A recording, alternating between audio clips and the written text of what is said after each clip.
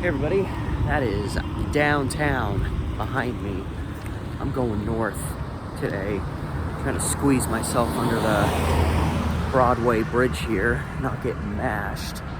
Please tell me I can get through this way. Anyway, y'all know at least I delve into a lot of dark content. Alright, maybe going through here wasn't the best idea. I fit. But anyway, I got to thinking recently, having watched the content that other people have created, if you go to especially very rough cities, it's gonna echo. Your Baltimore's, your Detroit's, places like that. They're more known for having places that are specifically known as prime, like body dumping ground areas. Places that are convenient to get rid of a body that you'd like to conceal to a degree. And I started thinking, like, I mean, Portland, obviously, I know crime is on the upswing and people are acting like the city's burning down, but Portland isn't quite as bad as some other places. But what really would Portland's equivalency be in terms of an area that's most, and I'm talking about a historic sense, not for like this brief period here, but historically, over a lengthy period of time, what area would qualify as the closest thing Portland has to what could be described as a body dumping site?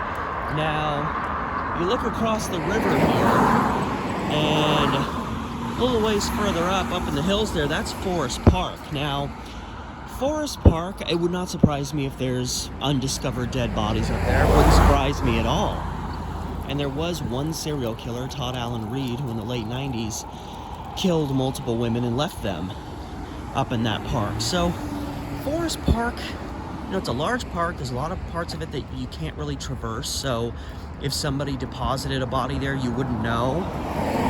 I've always had a feeling that that's where Kyron Horman ended up. I've always felt that way. Do I have proof? No, but I've just always had that gut feeling. But I began to think the most likely spot that I personally, this is my opinion, your opinion may differ, the most accurate spot would be the vicinity of the Columbia Slough, which is, it's a small little waterway, runs in sync with the Columbia River, and it's just this little stretch of water. It begins, that was the max. I started hearing that noise squawking at me. Ugh. It's the Columbia Slough. From the west, it's an offshoot of the Willamette River, right where it meets with the Columbia, northwest of here. And it runs along the Columbia River up here all the way out to Fairview, where it runs into Fairview Lake. Now, when I speak of... Damn. There's a train down there. When I speak of the Columbia Slough, I mean the vicinity around it, not just the slough itself. However, there are numerous, and I mean numerous, examples of people who have specifically drowned in the slough, either intentionally or accidentally. Number of stories I found. Whoa, slow down, buddy. The number of stories I found, literally just generally looking up Columbia Slough information, it's a lot. But I'm talking specifically the area that surrounds it, because most of the area around the slough is either just kind of closed off, or for the most part, there's just a lot of industrial stuff around it. Not a lot of people live in the vicinity of there, and there's a railroad line that goes through there. Railroad tracks are sometimes commonly chosen as a place to get rid of bodies. And so I mean the general area around the slough, and I'm going to be heading up that way and just telling a succession of stories that I feel correlate with this perspective.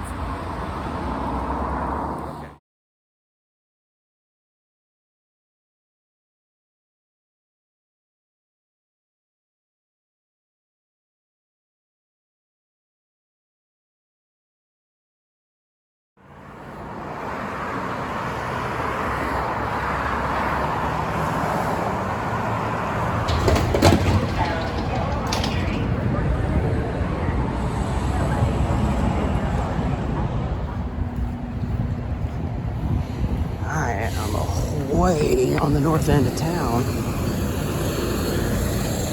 but also right where I want to be. And off past these trees, all the space out here that used to be the town of Vanport, which at one point was Oregon's second largest city. It was a wartime village, and it filled this space all through here. The fields and beyond, it's mostly kind of open space now. But it was destroyed on Memorial Day, 1948. Flood broke through the Columbia, and even the slough, I think, a little bit affected it. And yeah, it was destroyed. And my first story actually predates that by over 40 years, and it happened kind of just off that way. So, a word of warning as I'm getting started here. On the north end here, there's a lot of homeless people, a lot of druggies, and they tend to populate a lot of the general areas that I'm going to be walking to. In fact, there's a couple tents right down there.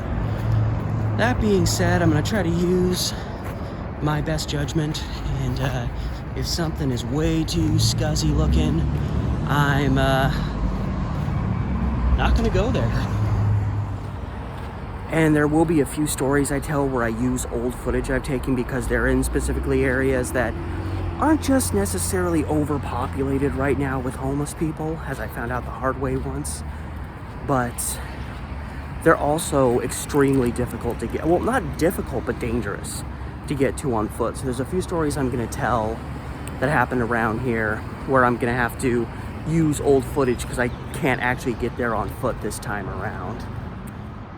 And this first story, I can really only approximate exactly where it was. I mean, probably within at least a couple 100 feet.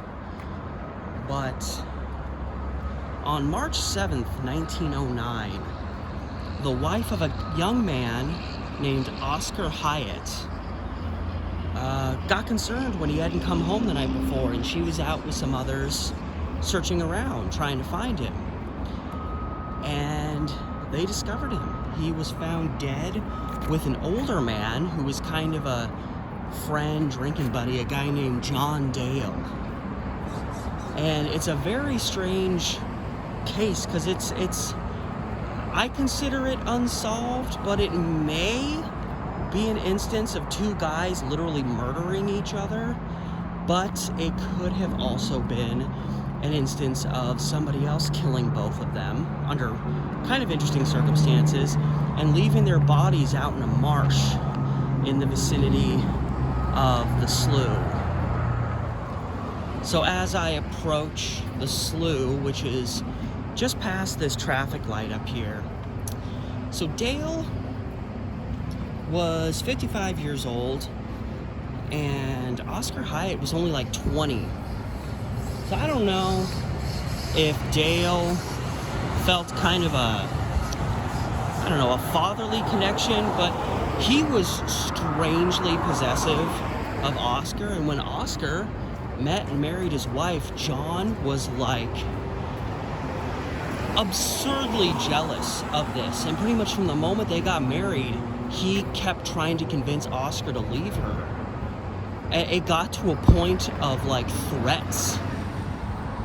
Dale even made the threat when Oscar wasn't home. He told Oscar's wife words to the effect of, like, don't worry, you'll have something to worry about very soon. And that was on Christmas 1908, so a couple months later her husband turns up dead. Now, what's strange about this whole story is the fact that when the two men were found, because the implication here was John Dale was probably pissed because he'd been trying to convince Oscar to leave his wife and he wouldn't do it. And because of this, dodging traffic, because of this jealousy, he just finally snapped and lured, it's just bizarre, he lures Oscar out to the fields out here, would have been just the north side of the slough right down here, and he shot him. But the thing is, John Dale was also found dead. He'd been beaten in the face multiple times, not just once, multiple times with an axe. And the police did dabble with this theory that John had lured Oscar out there and shot him. Now, mind you, Oscar got shot in the head. Probably died pretty quick. And yeah, my guess is it would have been just the other side of these trees, would have been about where it happened. So yeah, just south of Interstate Avenue and the Max crossing. But the implication then is that Oscar took this axe that he randomly had, and he was able to, after having his head pretty much blown off, he was able to lurch at Dale and like beat him multiple times in the face with enough power to kill him. One of the other theories was that John shot him, he hit the ground, and as John walked up to him to make sure he was dead, in this last, burst of life, Oscar Hyatt leaped up and began, beating him in the face. It's pretty hard to believe that Oscar would have somehow had that kind of strength. But that is what the police seem to kind of fall on. But there was plenty of reasons to believe that, again, probably over the other side of these trees is where this all happened. There was reason to believe that a third party was involved. Now, why that third party would kill these two men using two completely different weapons is kind of strange, but we don't know the circumstances of what happened. And what makes it look like a third party may have been involved was, one, reportedly Hyatt and Dale had buried some cash out in this field. It was a place that they went hunting together a lot. And so another theory was maybe Dale wanted to take all the money, so he killed off Oscar Hyatt and then would dig up the money and take off with it. Now, the issue with that is, well, the money was never dug up. There was no signs of any holes dug on that land. And the gun that John Dale used belonged to the guy that ran the property, like the property that this guy owned the property where they did hunting. So the question is, well, how did John Dale get his hands on this gun? That was a little awkward. It wasn't a big homeless camp. It ain't nothing like, there's a whole big massive camp on the other side of the slough here. But yeah, under the overpasses, that's where you're gonna get, and there was a decent sized camp under there. But nobody messed with me. And so after an autopsy was done on both these men to try to make sense of what happened out there, I don't think anybody reached a complete and unshakable conclusion, but it was further bolstered that a third person must have been involved. Someone encountered them out here, and this would have been, open. Again, it was like hunting grounds back then. So this would have been just open space where you could probably kill someone and they wouldn't get found for a while. And it was about a day before these guys were found, thanks to the efforts of Oscar Hyatt's wife. And when they did the autopsy, examining the wounds that these people received, the coroner pretty quickly drew the conclusion that neither of these men would have been able to really do much of anything after their wounds were inflicted. In particular, Oscar Hyatt, who got shot in the head. So, the last information I really found on it, they didn't seem to find out who did it. It seems like they didn't really look into the owner of the property that much, which is interesting. It happened on his land with his gun, but they didn't seem to look into the guy. And it was kind of never really solved. But when all was said and done, the implication, or the attitude kept by law enforcement was that these guys were probably ambushed out here. And that was how these two men's lives tragically came to an end. More tragic in the case of Oscar Hyatt. John Dale was a wacko. And we actually don't have to travel too far. The place where I'm getting off the Slough walking trail here is at Vancouver Avenue, which, while it didn't say specifically in the articles I read, I believe was the bridge referenced in this following story, if in fact this story even happened. But it is a classic body dumping story. April 11th, 1927, Fred Holstrom runs to the police and tells them this story, that he was held up along the highway in Beaverton, which is way off that way. What the? Oh, it's a firework. I don't know why I wouldn't think there'd still be fireworks out here. So he says he gets held up by three mystery men. And it's almost a mobster-like story. They're like, the guys had machine guns and they charged me, and they were like, hold it right there, fella. And they forced Holstrom, who had a vehicle, they forced him to drive him all the way out here. We are a long way from Beaverton. This is probably a very long, intense drive. And when they forced him to give them a ride, he noticed they loaded a very thick, apparently heavy sack into the back of his truck. And Holstrom immediately presumed this was a dead body. Never saw inside, couldn't verify it, but that was the implication, that there was a dead body in this sack. They say that he drove out to a bridge overlooking the slough here, and that they made him stop, and they pulled the sack out. I mean, this further infers that it was probably a dead body. They pulled the sack out of the back of his truck and threw it down into the slough right here.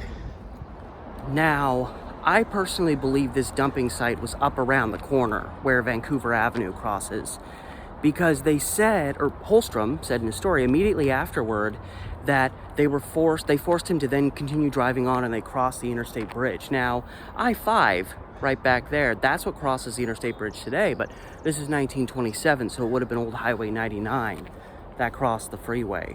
And right up here, Vancouver links up with Martin Luther King Jr. Boulevard, as it's called around here, and then that would have been Highway 99 crossing the bridge.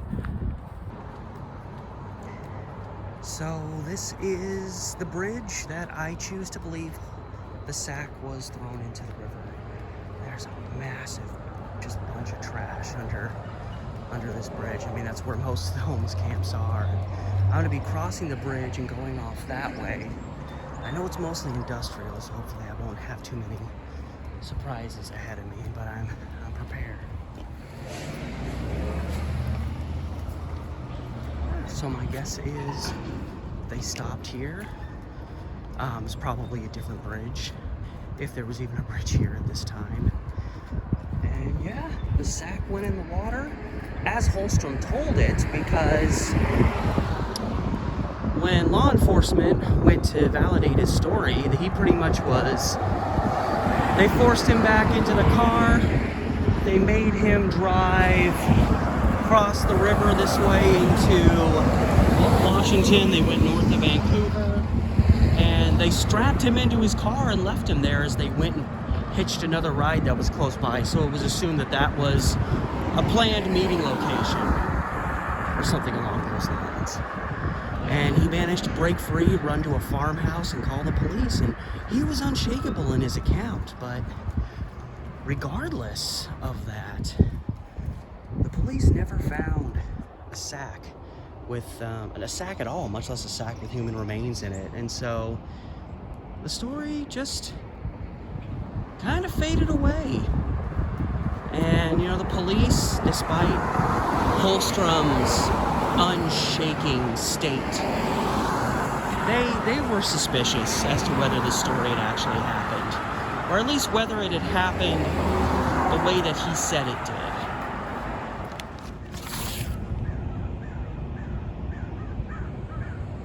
God, there's so many burnt out cars on this stretch.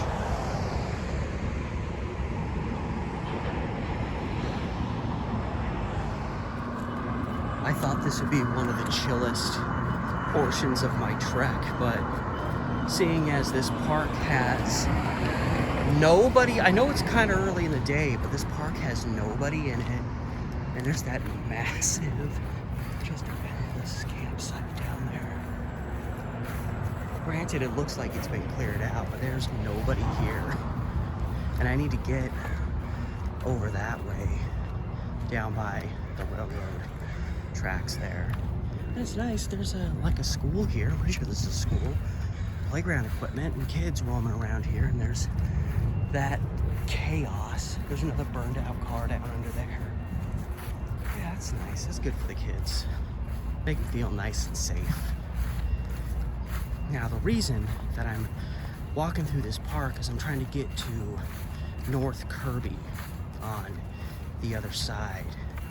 The vicinity of Kirby and Watts, which is right down, hey, I see people, down by Kirby and Watts, right over here, which is leading down to the railroad tracks. In 1992, there was a woman named Linda Woods. I found no information about her other than what's posted in cold case police info, which is that she was a mother who was reportedly very trusting and known to associate with homeless people in the area. Which, you know, maybe that's a lead, maybe that's the police just trying to assume that a homeless person went ballistic one night. There's definitely some cars down here that I think people are living out of, but yeah, down here is the intersection of Kirby. This is Kirby right here, and then Watts is the street coming into it, and you can see the railroad tracks are right there. So April 6th, 1992, a train engineer down by the tracks. This used to be more open. There wasn't quite this much foliage. You can see there's foliage kind of obstructing the view. Some old Google imagery shows that there was a better view through here to the tracks, but there was a engineer pulling his train through here, and he just saw a body laying on the tracks right here. She was picked up and found to be 33-year-old Linda Woods. She had been strangled to death, probably somewhere else, and dragged down here and just thrown on the tracks right here. And it's another one of those cold cases that's never been solved, and it seems almost completely forgotten. I could find no information about this woman, and actually quite a few people that I cover, or am covering in this video.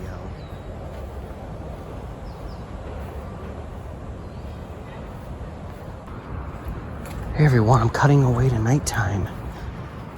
I'll tell you why in a second, after I go and sit down at this bench that nobody who lives here ever sits at. There's probably at least one person watching me. No, so I started editing on this video.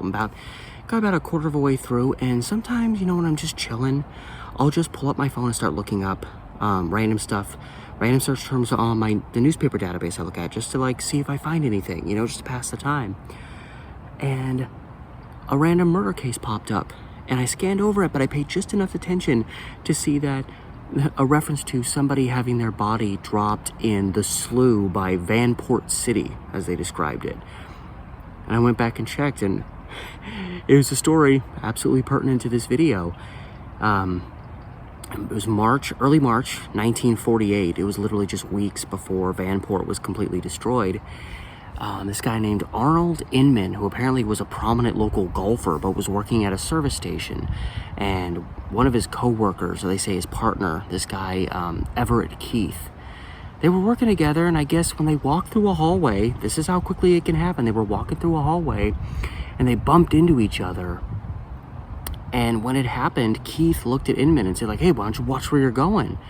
Inman got pissed, pushed him, he pushed back, Inman pushed him into a wall. He grabbed a can of, like, you know, fluid, motor oil, I don't know, whatever would be in a can at a service station, and started to come at Inman. So Inman grabbed a hammer. They both just grabbed the things closest to them, and Inman hit his coworker in the head with a hammer and ended up killing him. So he was obviously trying to infer that this was an accident, but if it was an accident, like, as, you know, as dangerous as it may be, you need to report it. And he claimed he intended on taking him to the hospital and doing the right thing, but then he panicked, the classic story, he panicked, and instead drove him out to the slough by Vanport City, which is the Columbia Slough, because it literally bordered what was Vanport on the south side. And he tossed his body in there, like others have. And it was later found by a girl walking in the area, just looked down and saw a body in there. And nearby, under an overpass, they found some bloody clothes.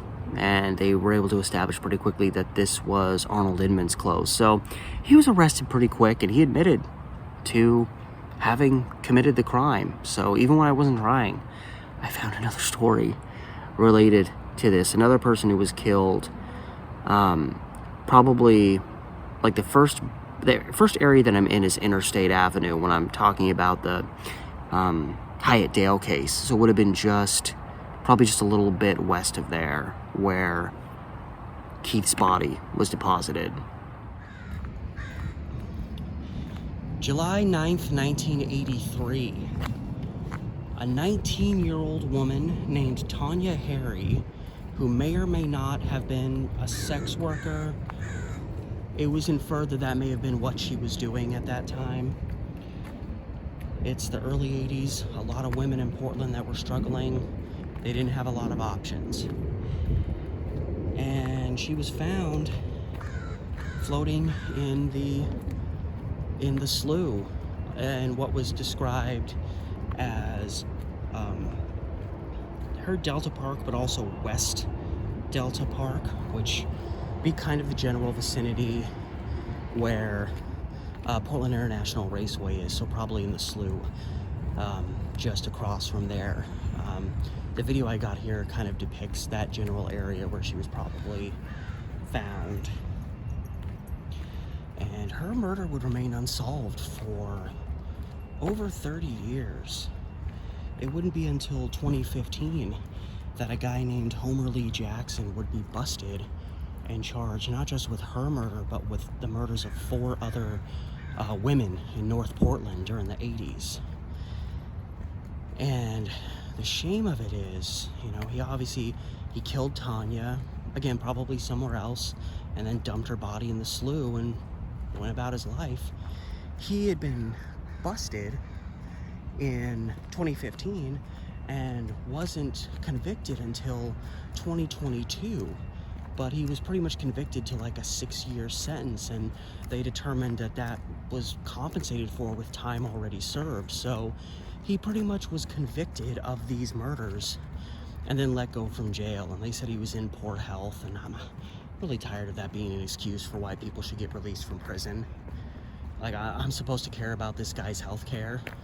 I'm not a sadist. I don't want, really anybody to suffer horribly. I mean, that perspective might change if someone very close to me was killed horribly like this, but I'm sorry. I don't really care that so-and-so's getting older or so-and-so's not in great health when they murder a bunch of people.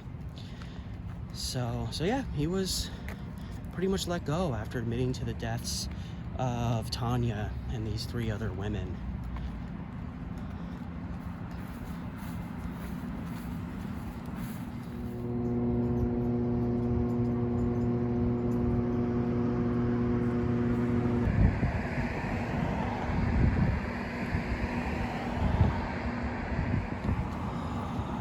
Man, this next story is one that just really sticks with me. Maybe it's because of the age.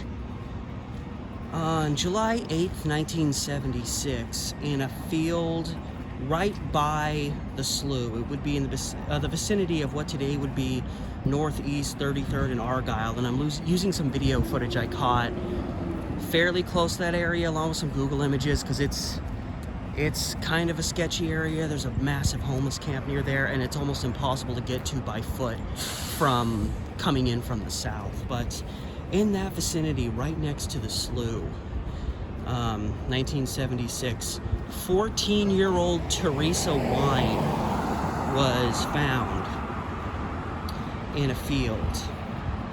And another instance where it's felt she was murdered elsewhere, driven to that site, and her body was just deposited there.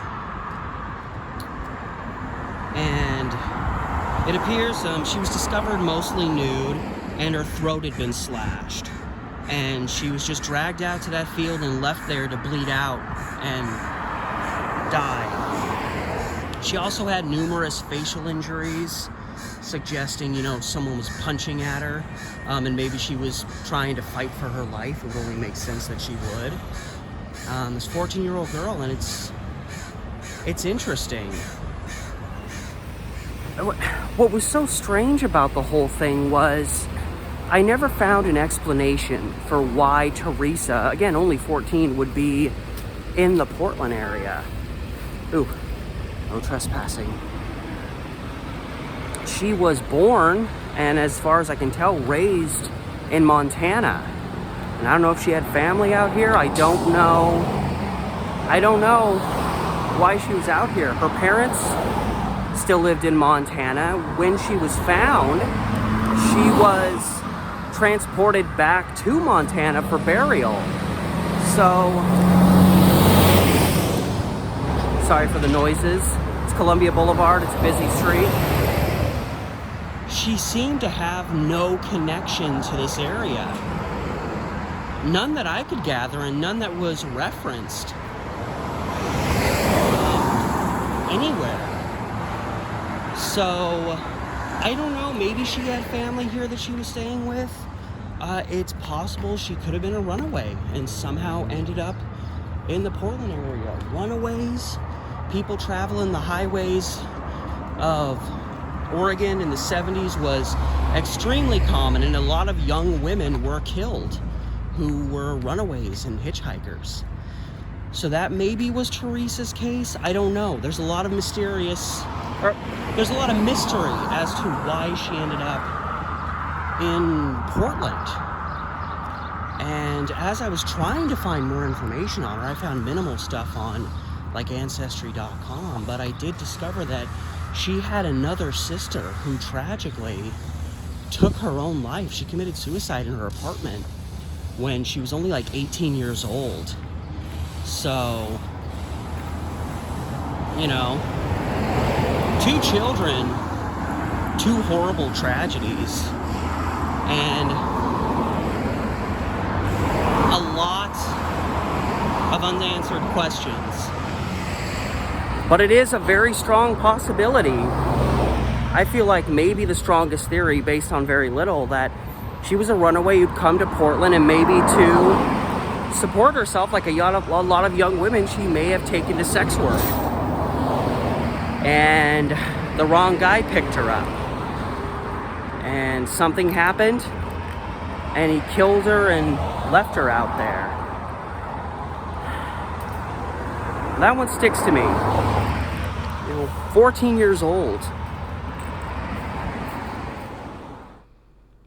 So if we fast forward 10 years, May 5th, 1986, 32-year-old Victor Smith was discovered near the 2800 block of Argyle Street, about 5 blocks west of the approximate area where Teresa Wine was found. So very close together, kind of a closed-off, dead-end street, and the slough runs just north of it. And Smith's death was particularly graphic. He He had a criminal record. He was known to be a drug user and was actually in the midst of committing a crime around the time he died. He'd arrived in Portland from Washington in a semi-truck that he'd stolen, and he was using it to sell stolen truck parts out of. The last time he was seen, or at least one of the last times he was seen alive, he was seen in the company of a 30-year-old white male.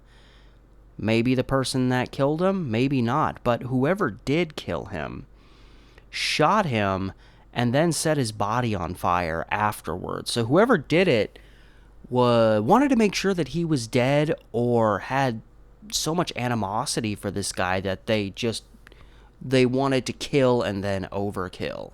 And that happened in that area, another area that's really hard to reach on foot. And if we move just north of there, because if you shoot up 33rd Avenue, again, it's just lined with like a mile-long homeless camp. It's not a great place to walk through, especially when you're by yourself on foot.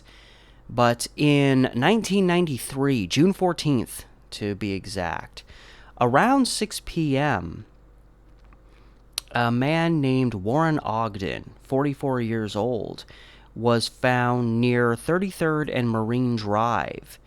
He'd been stabbed to death and was just left in this area it's just kind of a grassy area that's just downhill from the streets there, and it's directly up 33rd from where the Columbia Slough is.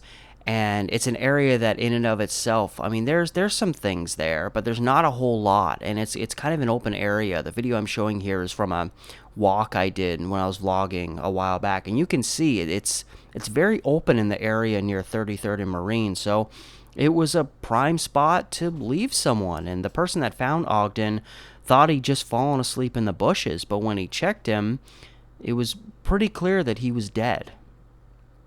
He was last seen just after midnight on June 14th, so just hours before his body was found. He was seen in the vicinity of Northeast Stafford and Rodney, not too horribly far away. And his car was later found that same day near Northeast 8th and Holman. So it's unclear if that was the last place he drove to and he encountered someone there, was killed there near 8th and Holman, or if he was killed and whoever killed him took his car and then ditched it later. He was single, known to date frequently, and that was really it. No criminal record, no history of drug use. He was just found dead out in the grass out there.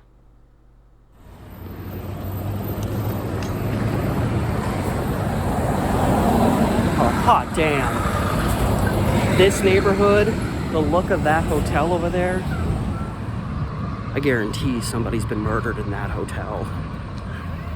No doubt. This area is skeevy as hell.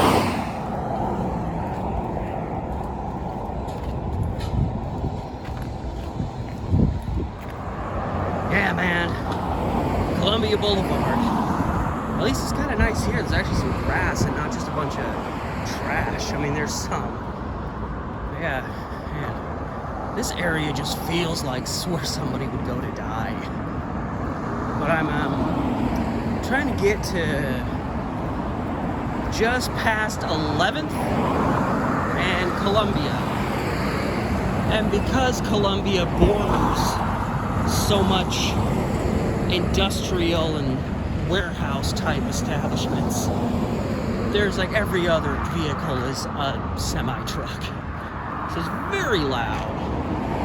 But here is 11th, and if you look across the way here, this is the Oregon Humane Society. If you're looking for a pet, here's an option. It's definitely not the same building that I went to when I was younger, when we had to give one of our cats away because some snooty bitch with a fat ass claimed that our cat scratched her vehicle and we had to give her away. Story I don't really want to get into, but if you look through here, on the other side of that parking lot, there's some trees. And beyond those trees, I actually found imagery of it on Google Maps. I can only assume it's the same pond, but there's a little pond on the other side of those trees. And there is a street up here that wraps around and goes back there, but it pretty much is like you're entering an industrial area, like you're going onto their land. So I'm not going to do that, but yeah, right on the other side of those trees, on the back side of the Oregon Humane Society, a guy named Mario Rivera, 42 years old, was discovered. He was reportedly known to drink, known to have a quick temper, get into a lot of fights with people, and I guess it's theorized that maybe he pushed one argument too far. Yeah, it was December 10th, 1981. Sorry, I'm having to yell over all the semi-trucks. That Rivera was found in the pond behind the Oregon Humane Society. And when he was initially seen, people thought it was just somebody, they thought they saw a red parka. He was like maybe wearing a red parka. And when this bystander went out to check, they saw that it was actually the dead body of a man. And what may or may not lend credence to the idea that he may have come to his demise by pissing someone off and getting into a big, brutal fight is that when an autopsy was done on him, the cause of death was determined to be blunt force trauma. Someone had taken a blunt object and just beaten him in the head with it.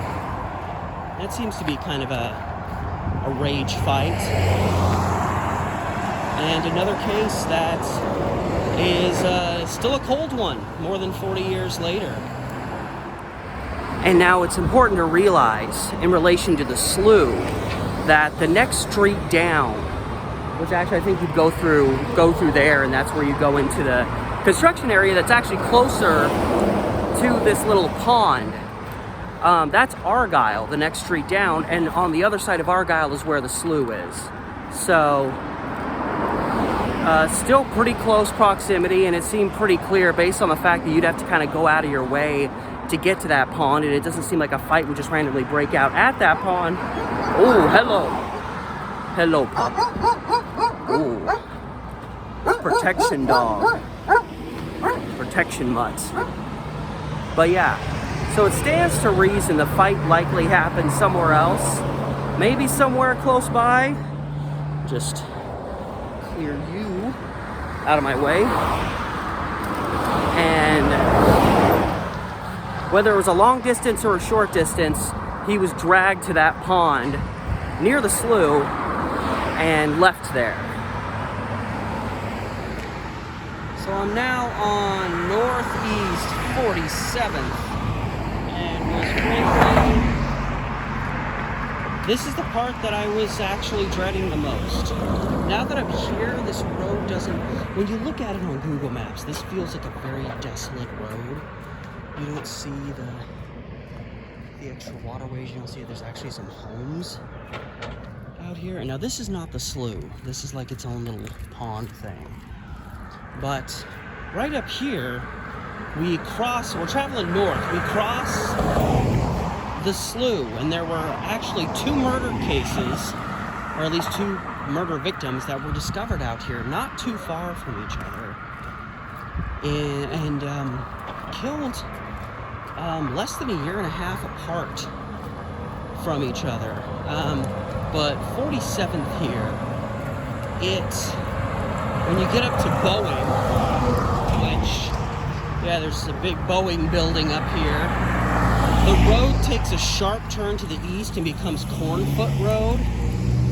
And that particular area, especially by the slough, just looking at imagery, it is just prime real estate to have just a massive homeless camp there.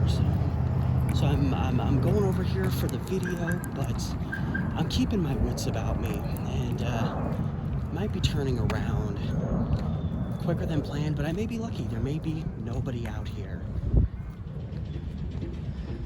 Here we are, crossing the Columbia Slough again.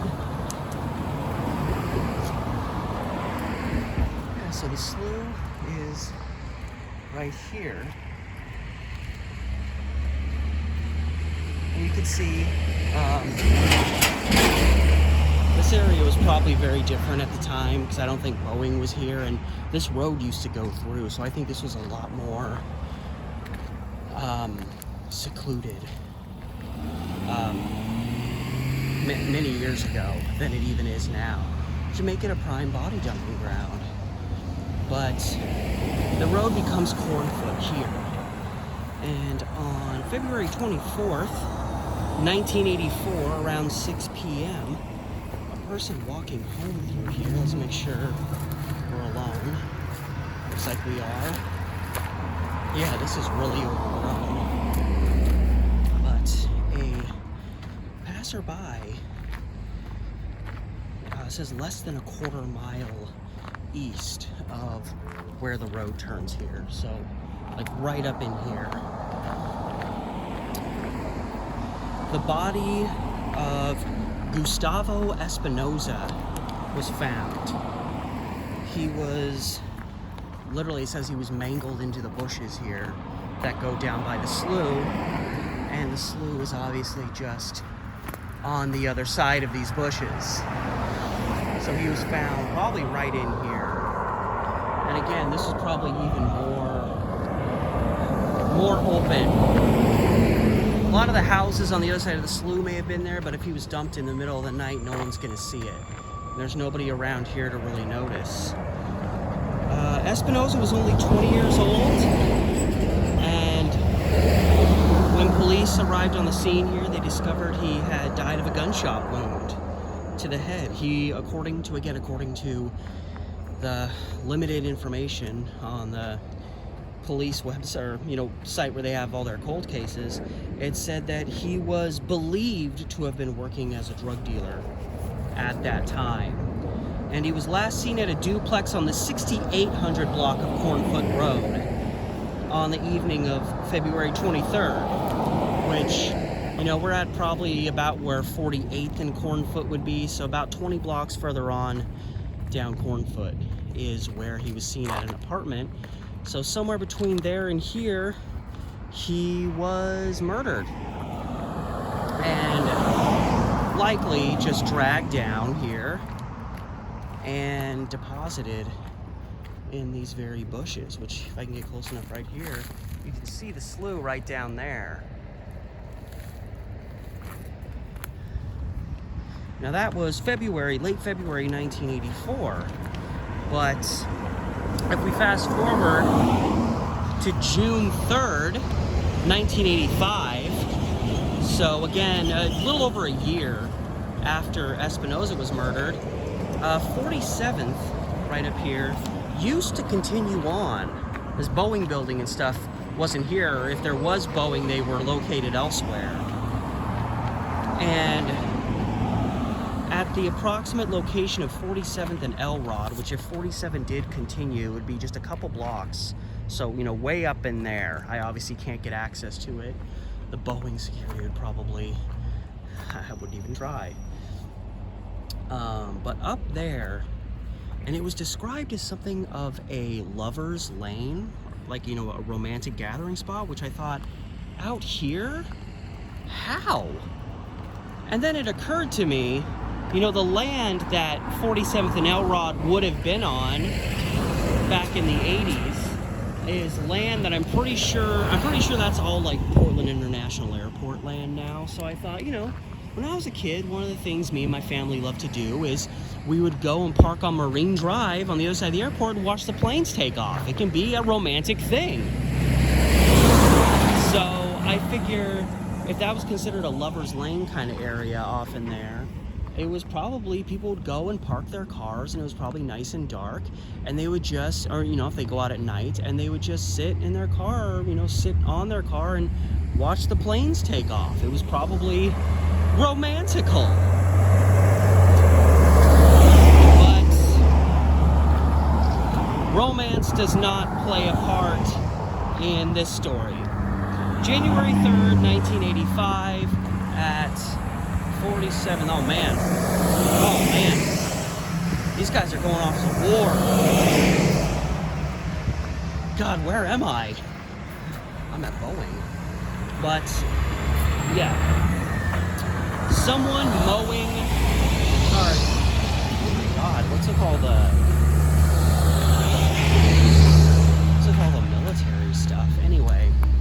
Someone mowing a field near 47th and Elrod, way back off in there, discovered a woman in the field. She was 23-year-old Tracy McCallum.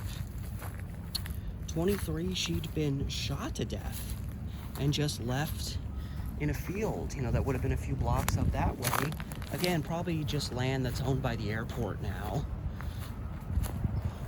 And another murder that's gone unsolved. That's the thing, is a lot of these murders I'm discussing never got solved, and it's because the bodies were dumped in this type of an area where even today there's not a lot around that isn't just industrial.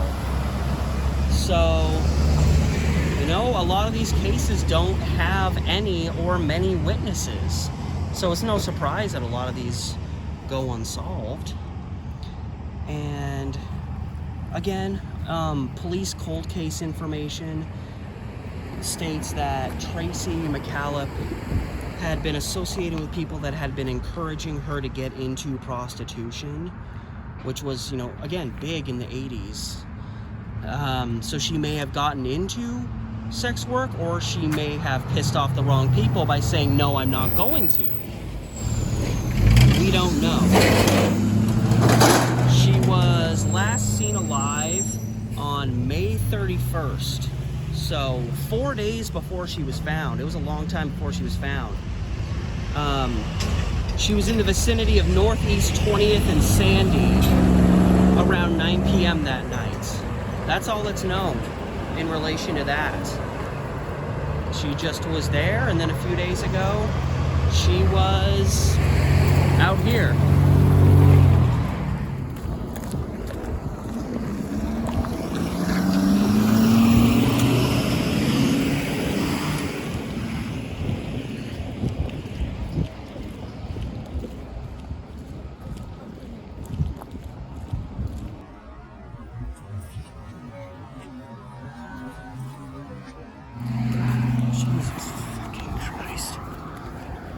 No, that's how I should have known my day would fucking end.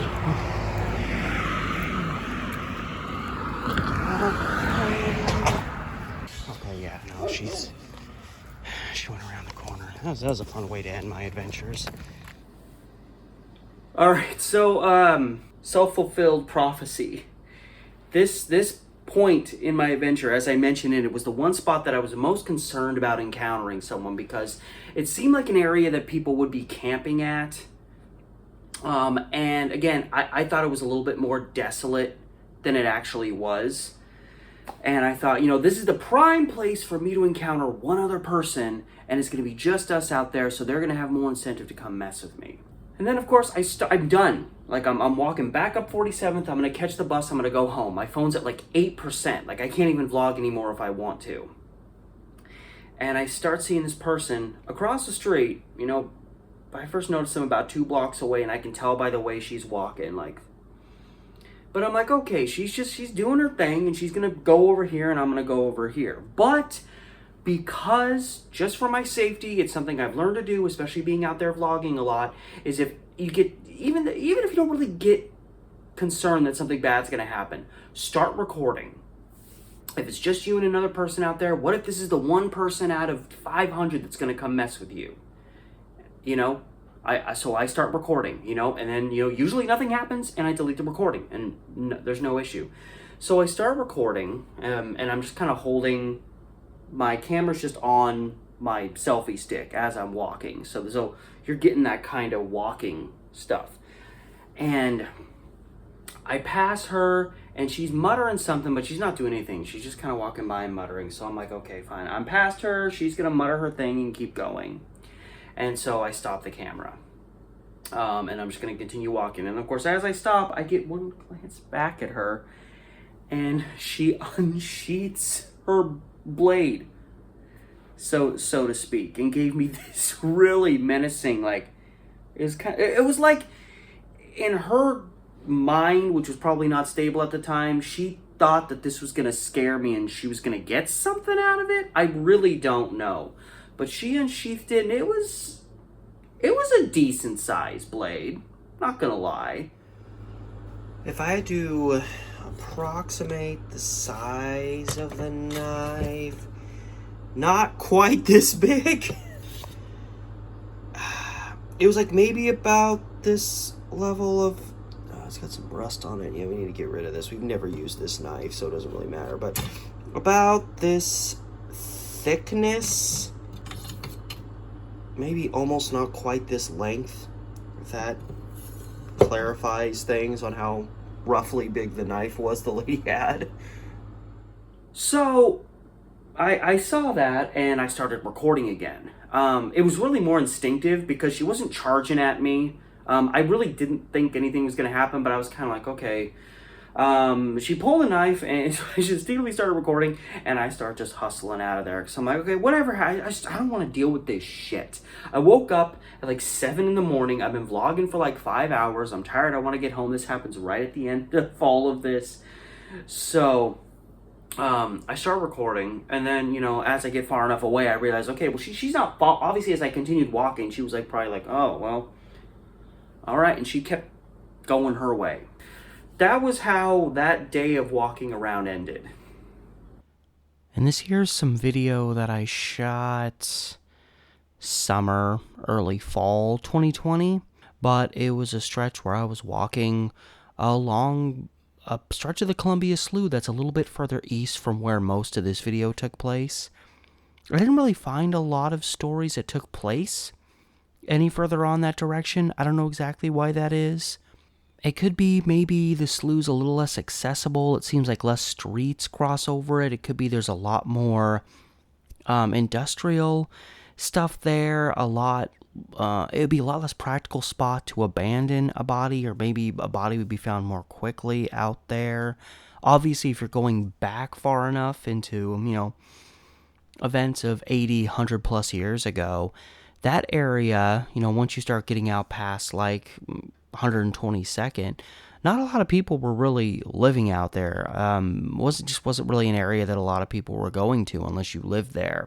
And in my work, I'm obviously not covering every single murder or possible murder that ever occurred in the slough. I'm probably sure there's a lot of stories that happened and weren't that big at the time that I wouldn't even find information for. I found a few news articles about a murder of 2 men whose bodies were left in the slough in the early 1970s, but it was a mystery, and it never really advanced from there. It was just a couple guys were found and they'd been murdered, and there wasn't really ever a suspect or much to the investigation. And another area I couldn't go to, which was further west, out towards Kelly Point Park, and it's a place I've always wanted to go to. I don't really want to go to there now because, again, a lot of homeless people out there. I know a lot of people that have gone there have been harassed and threatened and all that stuff, but there was a pretty graphic discovery made along the Columbia Slough, which this would be pretty close to its start at the Willamette River, which happens just south of Kelly Point Park. There was a young couple, teenagers, Benjamin Kramer and Cassandra Brown, and I guess from what I read in newspapers, they apparently, from what anybody outside could see, they had a really good relationship, and he just doted on her. And apparently one night in January 2003, I guess the inference is that she was feeling their relationship was stagnating, and This is what he said happened. He said he kind of panicked in relation to that. And what he chose to do then was to strike her with a bottle, disorient her, and then strangle her to death with a bungee cord before hacking off some of her limbs and throwing her dismembered remains into the slough out west towards where it starts at the Willamette River. I'm certain there's a lot of other mysteries and secrets in terms of less than lively experiences people have had at the slough. I'm sure there's some murders and crimes that I haven't found, and I just wanted to put a few examples together to show why I feel like the Columbia Slough is probably, again, this is my opinion, you can disagree, but why I feel the Columbia Slough area, the vicinity surrounding it, as well as the slough itself, is probably the Portland area's greatest representation of a, quote, body dumping ground, as they exist more commonly in cities where there's a lot more crime and poverty and things of that nature. So thank you so much for stopping by. I hope you, again, for how dark the content was, I hope you're able to enjoy the video. I got to see some parts that I very seldomly see, some parts I really don't want to see again, but that's part of the work and that's part of the journey of putting this stuff together. So thank you again so much for stopping by. I really appreciate it. Remember to like, share, subscribe. If you want to help out my Patreon, it's in the link description with this, at the top of the description with this video. And I'll see you later.